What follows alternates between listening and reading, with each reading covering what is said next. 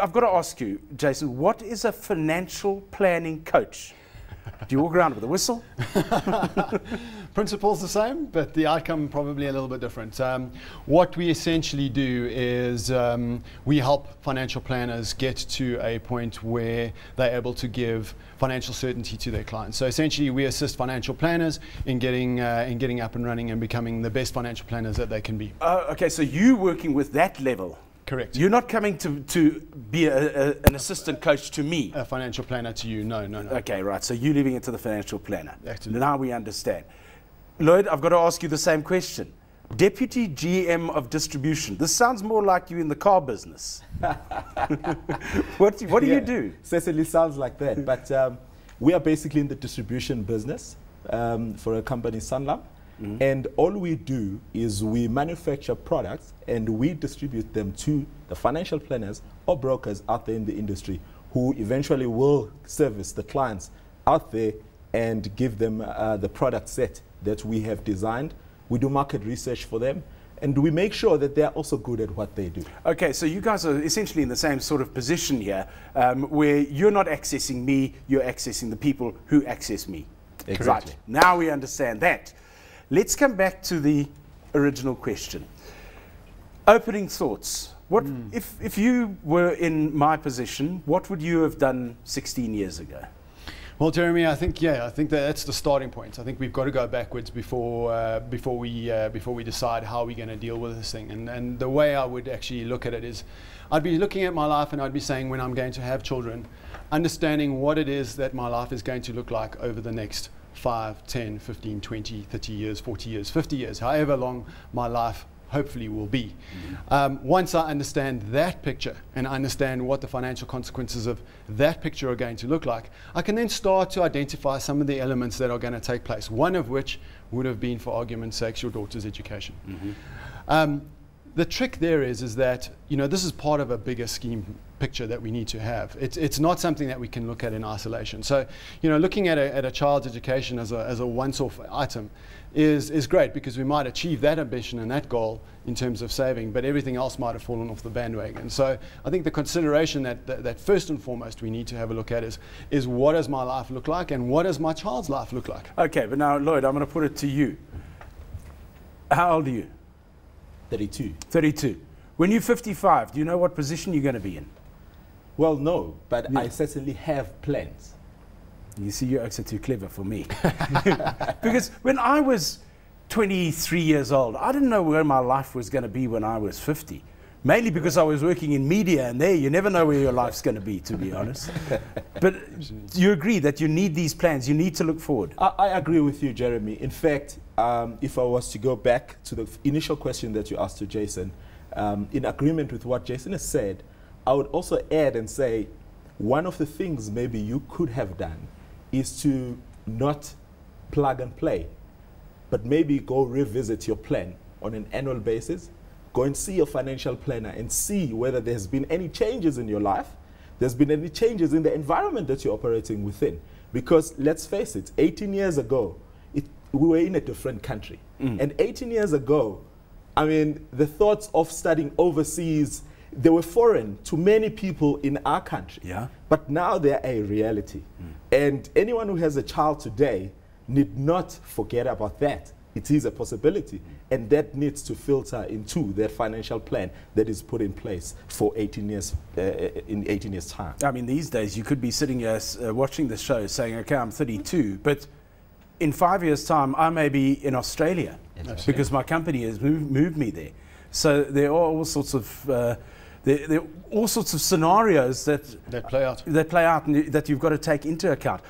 Are there specific products that either of your guys offer for education, or do you build it into this bigger plan that you're talking about? Jason? Jeremy, yes, I think certainly from our perspective, it's not about the product; it's actually about the plan. So you know, there's a lot of ways of achieving financial certainty in your life. How you choose to do that depends on person to person.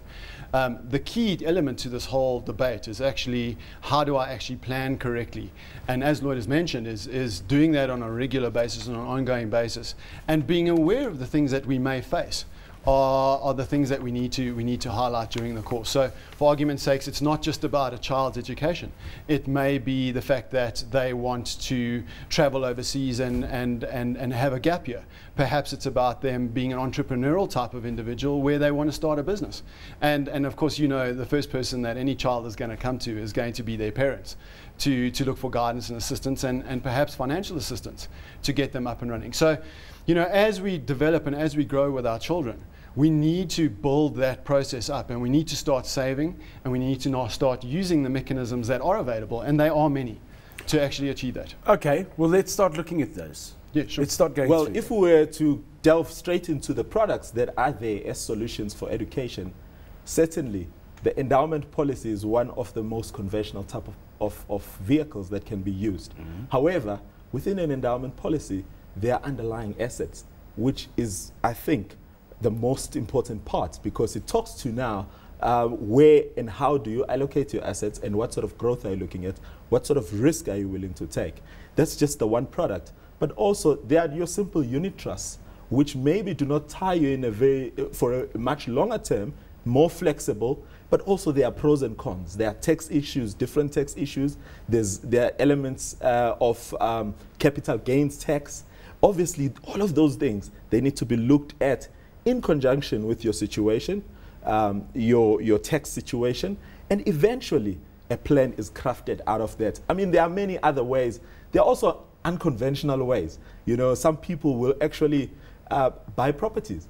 Whenever they have a newborn child, they will invest in buying a flat and say, you know what, I want to settle this flat before this child completes their matric.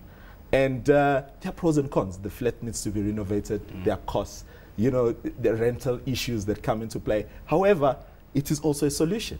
But from a financial services point of view and a financial services company point of view, I can almost say to you, we have vehicles like endowments, like unit trusts. We do have also different types of vehicles like trusts and so forth. Okay, but then this comes back to conversations we've had, I don't know how many times on this show and on other shows on this station, where you have got to determine what risk you're prepared to take. Absolutely. And you're saying keep assessing that on an annual basis to see where you're sitting in your plan going forward. You know, Jeremy, we take a sort of a bit of a different view on this. So I think for us the starting point is looking at what your life you would like your life to look like. Once you understand what that outcome needs to look like, that then will determine the sort of return that you're going to need in order to achieve that objective. Once we understand that return, we can then understand what sort of assets we need to be invested in, and that will lead to a sort of an amount of risk that we're going to need to take.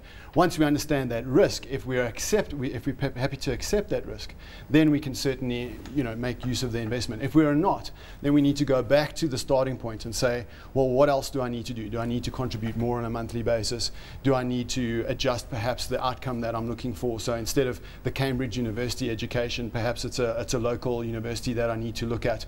And then make that adjustment again. So for me, it's certainly a circular motion. It starts with the individual, and it starts with what I actually need to achieve, and then gets to the risk discussion. Are there places you can go to, though, where you can access information on things like what is the possible growth in fees going to be over the next 10 years? What is the possible CPIX going to be like in the next 10 years?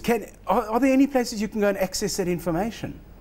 Yes, I think we are in a very fortunate position in our country, especially South Africa, in that we have these huge multinationals that from time to time they conduct research and market information, and they bring it to the fore, to the normal person on the street.